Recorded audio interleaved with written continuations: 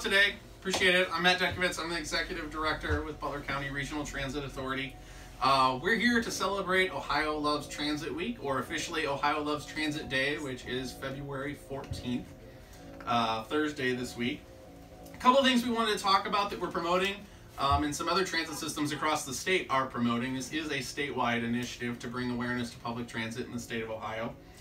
We'll be offering free rides on Ohio Loves Transit Day. That's February 14th. You can ride any of our fixed routes. Those are R routes, U routes, P routes, or the color routes up in Middletown. Those are all free all day long. Ride wherever you want to go that day. We're encouraging people to take pictures, to post to social media. You can tag Butler County RTA on Facebook or BCRTA on Twitter. Take some pictures. You can post them with the hashtag Butler County Loves Transit or Ohio Loves Transit. I think we're going to be doing some contests and things, so we got some prizes for some people who post on social media and share some of those hashtags.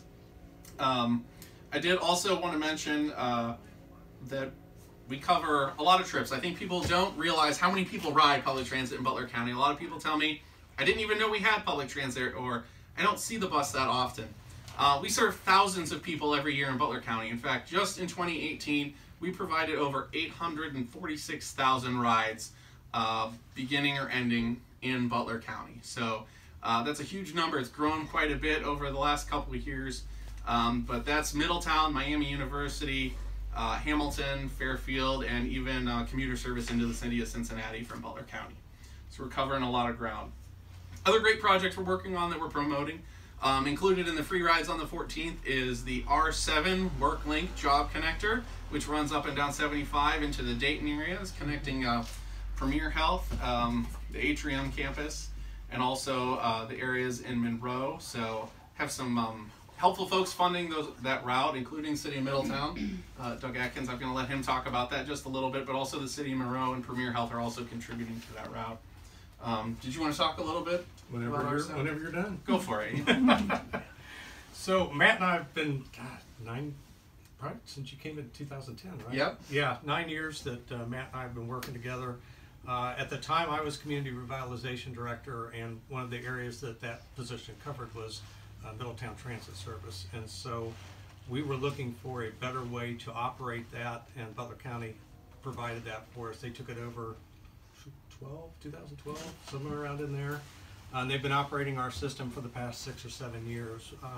It's been a nice partnership and continual expansion of public transit in Butler County. What we found during the Great Recession is that as Hamilton started pulling back the county services to the county seat, a lot of Middletown residents were not able to get to things they needed. And so we started talking to Matt and his team about how we could open up a bus route between Middletown and Hamilton that would allow our residents to get to county services. What that ended up doing is spurring, number one, thousands of rides a month, but then Middletown, Miami University Middletown got involved and said, if you're going all the way to Hamilton, could you go another few blocks and go to the Hamilton campus? We have a lot of people that take classes in Middletown, classes in Hamilton, and we'd love for them to be able to go back and forth on the transit. And so we extended it out, and that was up and running.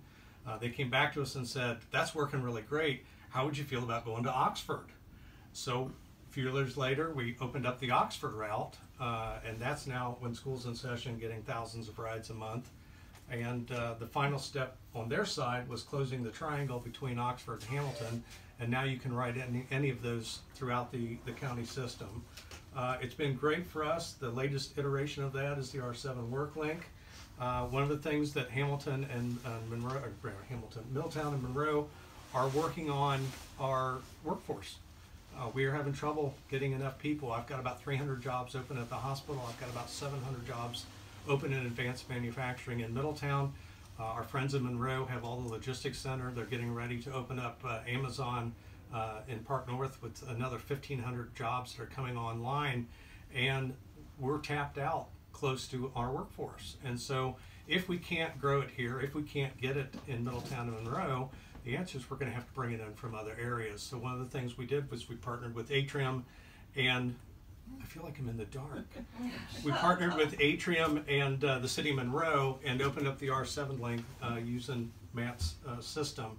And what that does is it goes up to the Dayton RTA route, the southern hub, takes you down through Middletown on to Monroe, and then on down to the SORTA hookup at Tylersville Road in Westchester. And we do that for all three routes, or all three shifts rather, with the exception of Sunday when Dayton RTA doesn't run, and then there was no point in going up there for nobody to be up there to ride. So that's the next thing we're working on, is trying to expand our reach in the area and to the region to bring workers to Middletown and Monroe. The final piece for Middletown, and we'll be starting this in 2019 and 2020, is a complete revision of Middletown transit system. We are in the process of a totally new master plan for the city. Part of that will be how do we move people walking, bicycle, automobile, and public transit throughout the city. And we are laid out what I would call a traditional 1980s layout of Middletown transit system. It's standard, it's not flashy, it's vanilla, it's what people have done for years and years, and it's becoming more and more obsolete as things go on. When we're looking at the R7 link, we're talking about things like Uber to get you from your house to the first part of the public transit. We're talking about autonomous vehicles to take you from the transit route in Middletown over to AK Steel, driverless vehicles. We're talking about expanding bike paths throughout Middletown.